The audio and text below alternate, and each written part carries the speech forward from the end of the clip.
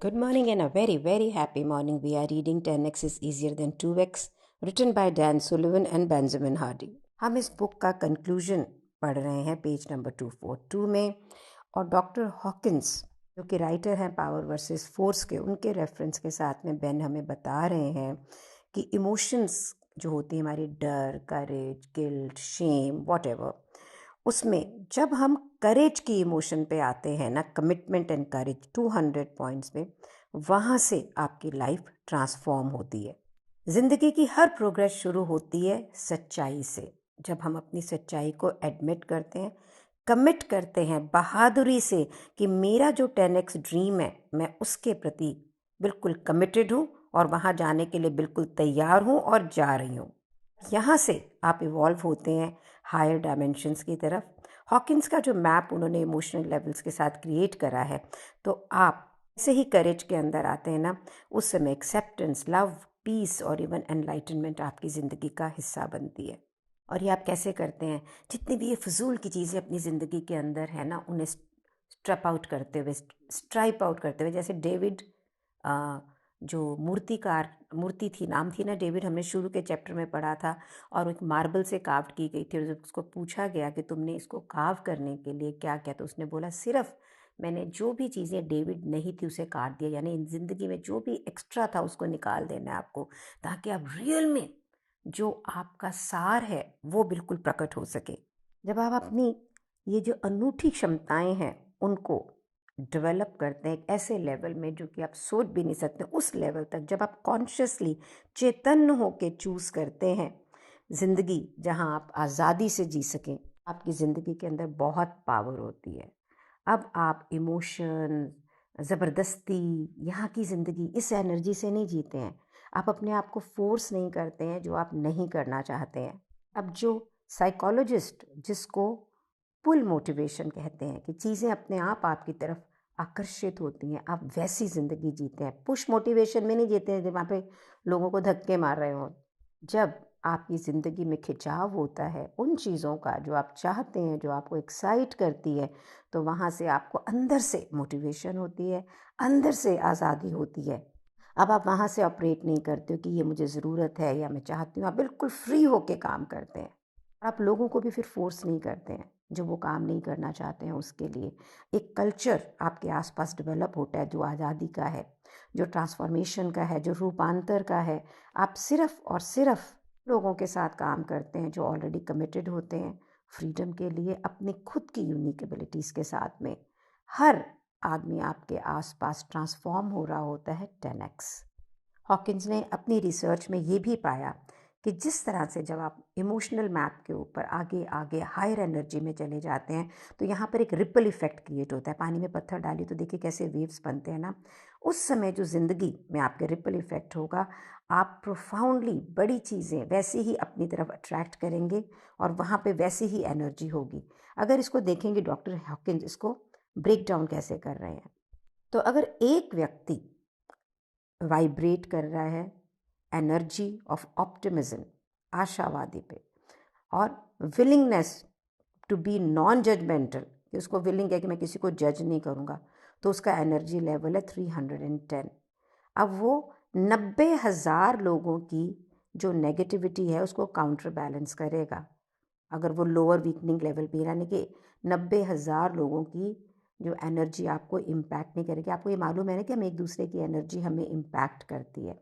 So you need to be on the 310 level of energy. वो energy कब आएगी? जब आप ऑप्टिमिज्म में हैं और जब आप लोगों को जज नहीं करते हैं।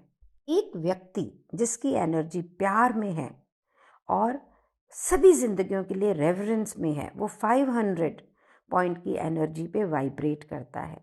इस समय आप 7,50,000 लोगों की नेगेटिविटी को काउंटर बैलेंस करते हैं। अगर कोई व्यक्ति जिंदगी की अंदर एल्यूमिनेशन, ब्लिस, इन्फिनिट पीस के साथ, शांति के साथ जीता है, तो उसकी एनर्जी का लेवल 600 होता है। उस समय आप 10 मिलियन लोगों की नेगेटिविटी को बैलेंस कर सकते हैं। और अगर कोई व्यक्ति वाइब्रेट कर रहा है ग्रेस के साथ, pure spirit, beyond body experience में, एक ऐसी ज़िंदगी में जहाँ पे कोई नॉन ड्यूअलिटी, कोई भी विद्रोह नहीं है, दोहरापन नहीं है, ओपननेस है। ऐसी एनर्जी 700 एंड 1000 पॉइंट्स पे होती है। उस समय आप 70 मिलियन लोग जो लोअर वीकनिंग लेवल्स पे होते हैं उनकी नेगेटिविटी को काउंटर बैलेंस करते हैं, यानी कि आप एक ऐसी सोसाइटी बनाते हैं अपनी एनर्जी से जहाँ पे पॉजिटिविटी होती है। ये देखना कि डॉक्टर हॉकिंस का ये मैसेज, इतने नंबर्स ये ठीक हैं कि नहीं हैं, इससे कोई मतलब नहीं निकलता। बुक मैसेज क्या दे रही है आपको? आपको मैसेज कर रही है कि ज़िंदगी में जब आप ग्रो करते चले जाएंगे तो ये फजूल की चीज़ें बिल्कुल ख़त्म होती चली जाएंगी। आपकी क्षमताएं इतनी डेवलप हो जाएंगी कि वो बिल्कुल रेयर हो जाएंगी, कीमती हो जाएंगी। और जैसे कि ऑथर कॉल न्यूपोर्ट की लैंग्वेज के अंदर ये क्षमताएं इतनी अच्छी और रेयर हो जाएंगी कि इसे इग्नोर नहीं किया जा सकेगा। आप तो यहाँ पे सिंपल होते चले जाएंगे, फोकस होते चले जाएंगे, और उसका रिपल इफेक्ट क्या होगा कि आप सोसाइटी में अपने आसपास हायर लेवरेज और इम्पैक्ट इस दुनिया में क्रिएट करेंगे। तो एक चाइनीज सेइंग है जिसका मतलब है डिफीट 1000 पाउंड विथ 4 आउंसेस, यानी आप हजारों जो पाउंड वेट है उसको सिर्फ 4 आउंसेस से हरा सकते हैं। जैसे जैसे आप अपनी यूनिक एबिलिटी के अंदर गहराई से जाते हैं, वो इम्पैक्टफुल होती है, आप उस पर प्रेशर कम लगाते हो, और उसके का प्रेशर कम है लेकिन ग्रोथ कितनी है, 10x 100x 1000x more impact, मोर लेवरेज। बहुत ही भारी पत्थर उठाने के लिए जब हम नीचे जैक क्या कुछ लगाते हैं, जैक तो बहुत हल्का होता है ना, पत्थर कितना भारी होता है, इजंट इट?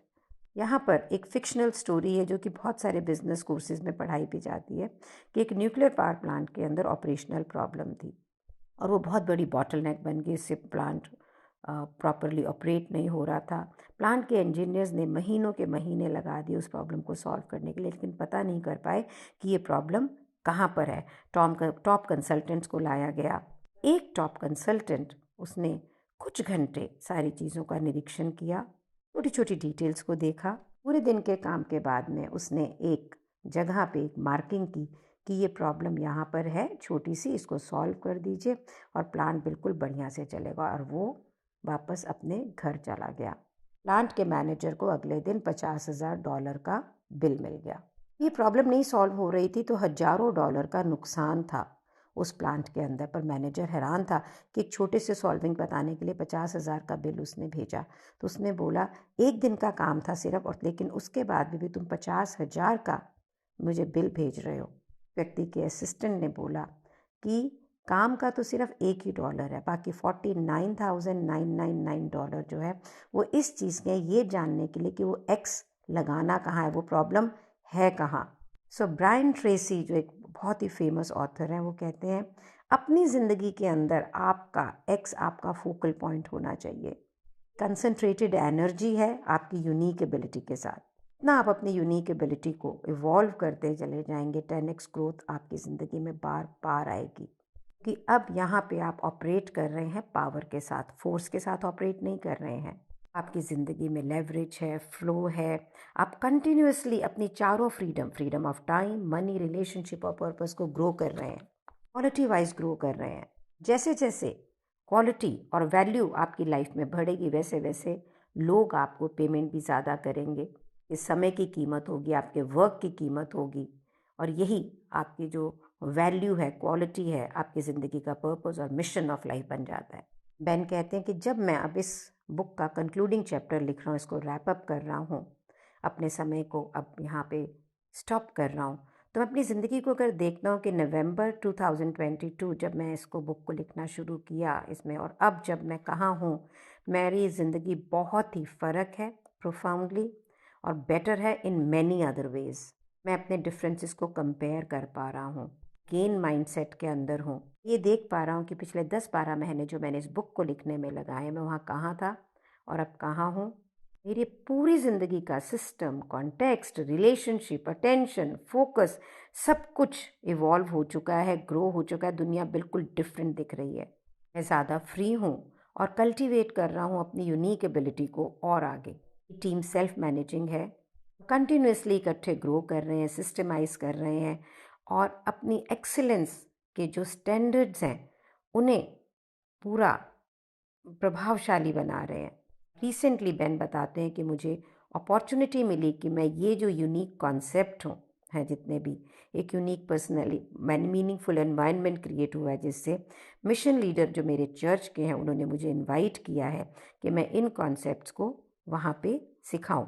और जब बेन ने उनका पूरा समझ के कि how do they ties people, how many people, अपने सारे जितने भी फंडास हमने इस बुक में सीखे उन्हें अप्लाई करा, ने देखा वो उससे बहुत कम टाइम के अंदर 80% रिजल्ट्स को और क्रिएट कर सकते थे from the 20% effort. According to constraint theory 247, मैं पूरे डिटेल में नहीं गई हूँ, उसमें पूरे नंबर्स दिए गए हैं बिकॉज हम उसे बुक में ऑलरेडी समझ चुके हैं।